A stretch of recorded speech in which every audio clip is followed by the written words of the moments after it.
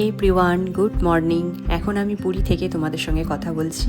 তো আমরা পুরীতে পৌঁছে গেছি, আর এখানে এসে দেখছি প্রচণ্ড বৃষ্টি হচ্ছে।